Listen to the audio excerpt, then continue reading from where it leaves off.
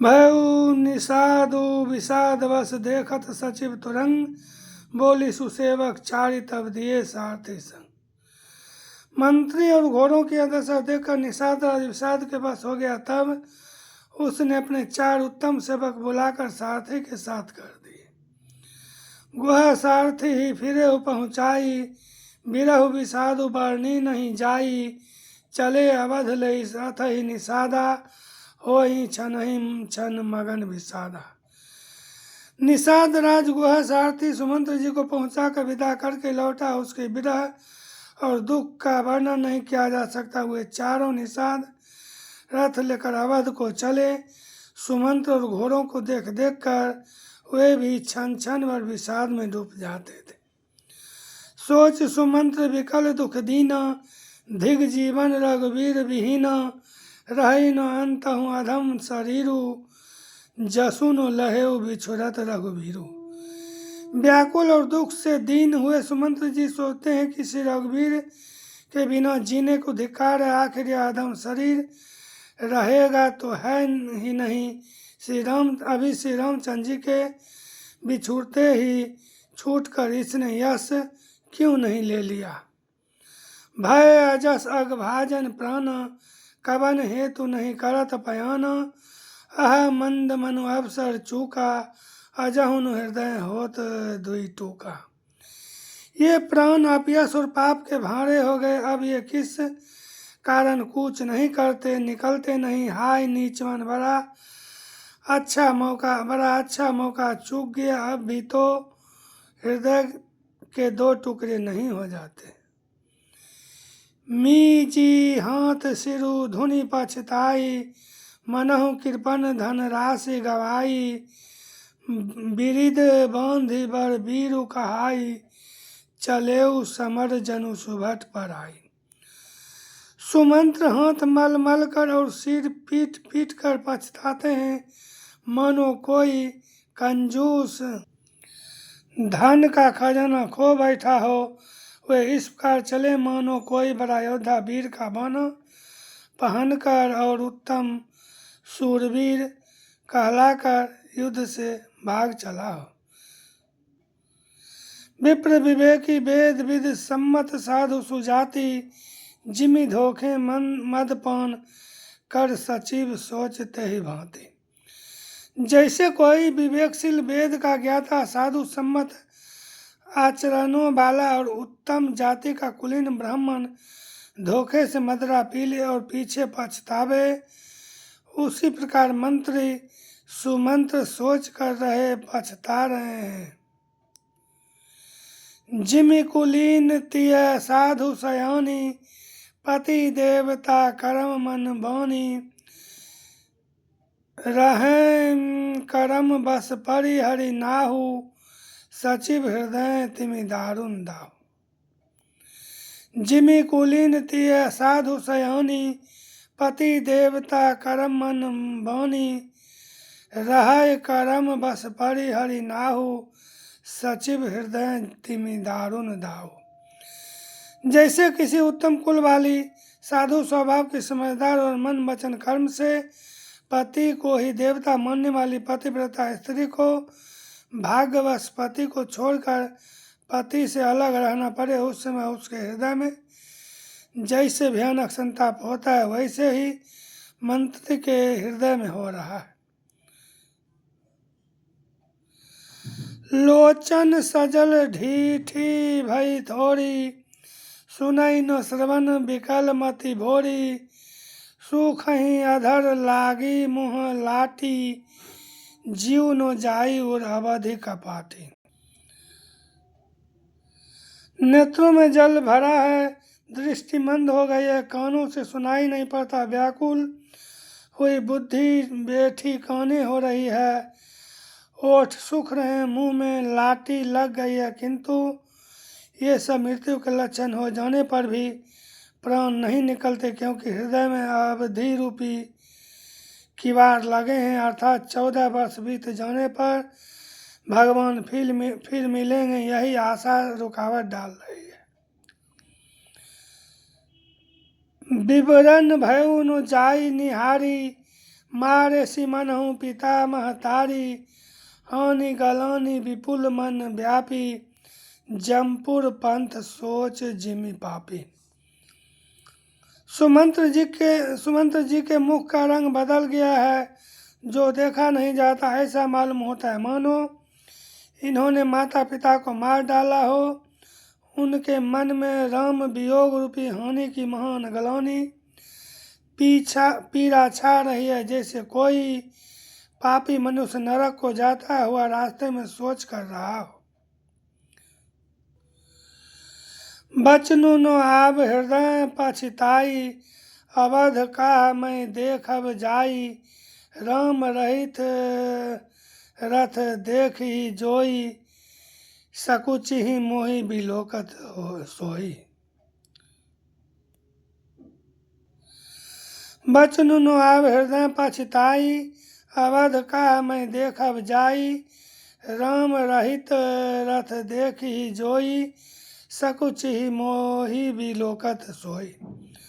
मुंह से वचन नहीं निकलते, हृदय में पछताते हैं कि मैं अयोध्या में जाकर क्या देखूंगा। श्री रामचंद्र जी से शून्य रथ को जो भी देखेगा वही मुझे देखने में संकोच करेगा, अर्थात मेरा मुंह नहीं देखना चाहेगा।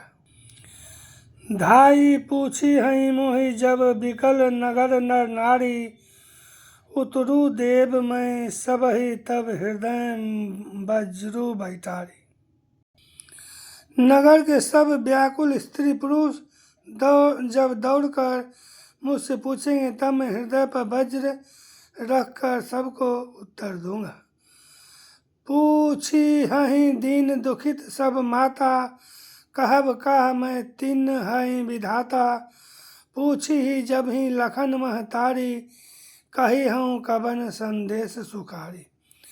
जब दीन दुखी सब माताएं पूछेंगी, तब हे विधाता मैं उन्हें क्या कहूँगा। जब लक्ष्मण जी की माता मुझसे पूछेंगी, तब मैं उन्हें कौन सा सुखदायी संदेशा कहूँगा। राम जननी जब आई ही धाई, सुमिरी बच्छु जिमि धेनु लवाई, पूछत उतरु देव मैं तेहि, गे बनु राम लखनु बैदेहि। श्री राम जी की माता जब इस प्रकार दौड़ी आवेंगी, जैसी नई ब्याई हुई गौ बछड़े को याद करके दौड़ी आती है, तब उनके पूछने पर मैं उन्हें यह उत्तर दूंगा कि श्री राम लक्ष्मण सीता वन को चले गए। जोई पूछी ही ते ही उतरु देवा, जाई अवध अब यहु सुख लेवा, पूछी ही जब ही राम दुख दीना, जीवनु जासु रघुनाथ अधीना। जो भी पूछेगा उसे यही उत्तर देना पड़ेगा, हाय अयोध्या जाकर अब मुझे यही सुख लेना है। जब दुख से दीन महाराज, जिनका जीवन श्री रघुनाथ जी के दर्शन के ही अधीन है, मुझसे पूछेंगे, देहऊँ उतरु कौनु मुँह लाई, आयु कुशल कुंवर पहुँचाई, सुनत लखन सिय राम संदेशु, तृण जिमि तनु परिहरि नरेशु। देहऊँ उतरु कौनु मुँह लाई, आयु कुशल कुंवर पहुँचाई, सुनत लखन सिय राम संदेशु, तृण जिमि तनु परिहरि नरेशु। तब मैं कौन सा मुँह लेकर उन्हें उत्तर दूंगा कि मैं राजकुमारों को कुशल पूर्वक पहुँचा आया हूँ। लक्ष्मण सीता और श्री राम का समाचार सुनते ही महाराज तिनके की तरह शरीर को त्याग देंगे। हृदय उनु बिदरेउ पंकज में बिछड़त प्रीतमु नीरू, जानत हूँ मोहि दिन विधि यहु जात न शरीरु। प्रियतम से हृदय उनु बिदरेउ पंकज में बिछड़त प्रीतमु नीरू, जानत हूँ मोहि दिन विधि यहु जात न शरीरु। प्रियतम श्री राम जी रूपी जल के बिछुड़ते ही मेरा हृदय कीचड़ की तरह फट नहीं गया। इससे मैं जानता हूँ कि विधाता ने मुझे यह यातना शरीर ही दिया है जो पापी जीवों को नरक भोगने के लिए मिलता है। यही विधि करत पंथ पछितावा, तमसा तीर तुरत रथु आवा, विदा किए कर विनय निषादा, फिरे पायों पर विकल विषादा। सुमंत्र इस प्रकार मार्ग में पछतावा कर रहे थे। इतने में ही रथ तुरंत तमसा नदी के तट पर आ पहुंचा। मंत्री ने विनय करके चारों निषादों को विदा किया। हुए विषाद से व्याकुल होते हुए सुमंत्र के पैरों पर कर लौटे।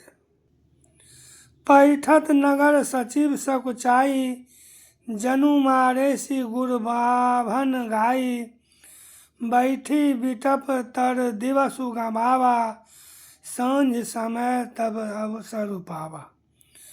नगर में प्रवेश करते मंत्री ग्लानि के कारण ऐसे सकचाते हैं मानो गुरु ब्राह्मण या गौ को मार कर आए हों। सारा दिन एक पेड़ के नीचे बैठकर बिताया। जब संध्या हुई तब मौका मिला। अवध प्रवेशु किन्न अंधियारे, पैठ भवन रथु राखी द्वारे, जिन्ह जिन्ह समाचार सुनी पाए, भूप द्वार रथु देखन आए। अंधेरा होने पर उन्होंने अयोध्या में प्रवेश किया और रथ को दरवाजे पर खड़ा करके वे चुपके से महल में घुसे। जिन जिन लोगों ने यह समाचार सुन पाया वे सभी रथ देखने को राजद्वार पर आए।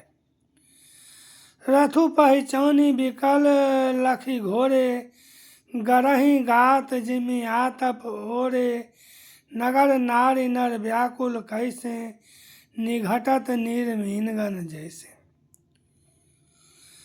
रथ को पहचान कर और घोड़ों को व्याकुल देखकर उनके शरीर ऐसे गले जा रहे हैं, छीन हो रहे हैं जैसे घाम में ओले। नगर के स्त्री पुरुष कैसे व्याकुल हैं जैसे जल के घटने पर मछलियां व्याकुल होती है। सचिव आगमनु सुनत सबु, विकल भयउ रनिवासु, भवनु भयंकरु लागते ही मानहु प्रेत निवासु। मंत्री का अकेले ही आना सुनकर सारा रनिवास व्याकुल हो गया। राजमहल उनको ऐसा भयानक लगा मानो प्रेतों का निवास स्थान शमशान हो। अति आरती सब पूछहि रानी, उतरु नो आव विकल भई बानी, सुनई नो श्रवण नयन नहीं सूझा, कहो कहाँ नृपु तेहि तेहि बूझा। अत्यंत आर्त होकर सब रानियां पूछती हैं पर सुमंत्र को कुछ उत्तर नहीं आता। उनकी वाणी विकल हो गई, रुक गई है, नो कानों से सुनाई पड़ता है और नो आँखों से सूझता है। वे जो भी सामने आता है उससे पूछते हैं, कहो राजा कहाँ है। दासिन दीख सचिव विकलाई, कौशल्या गृह गई लवाई, जाई सुमंत्र दीख कस राजा, अमियो रहित जनु चंदु विराजा। दासियां मंत्री को व्याकुल देखकर उन्हें कौशल्या जी के महल में लिवा गईं। सुमंत्र ने जाकर वहां राजा को कैसा बैठे देखा मानो बिना अमृत का चंद्रमा हो। आसन शयन विभूषण हीन, परेउ भूमि तल निपट मलिन, लेई उषासु सोच ही भांति, सुरपुर ते जनु खसेउ जजाते। आसन शयन विभूषण हीन, परेउ भूमि तल निपट मलिन, लेई उषासु सोच ही भांति, सुरपुर ते जनु खसेउ जजाते। राजा आसन सैया और आभूषणों से रहित व्याकुल मलिन उदास पृथ्वी पर पड़े हुए हैं। वे लंबी सांसें लेकर इस प्रकार सोच करते हैं मानो राजा ययाति स्वर्ग से गिरकर सोच कर रहे हो। लेत सोच भरी छिनु छिनु छाती, जनु जरी पंख पड़ेउ संपाति। राम राम कह राम सनेही, पुनि कह राम लखन बैदेही। राजा क्षण क्षण में सोच से छाती भर लेते हैं। ऐसी विकल दशा है मानो गिद्धराज जटायु का भाई संपाति पंखों के जल जाने पर गिर पड़ा हो। राजा बार बार राम राम हा सनेही प्यारे राम कहते हैं फिर हा राम हा लक्ष्मण हा जानकी ऐसा कहने लगते।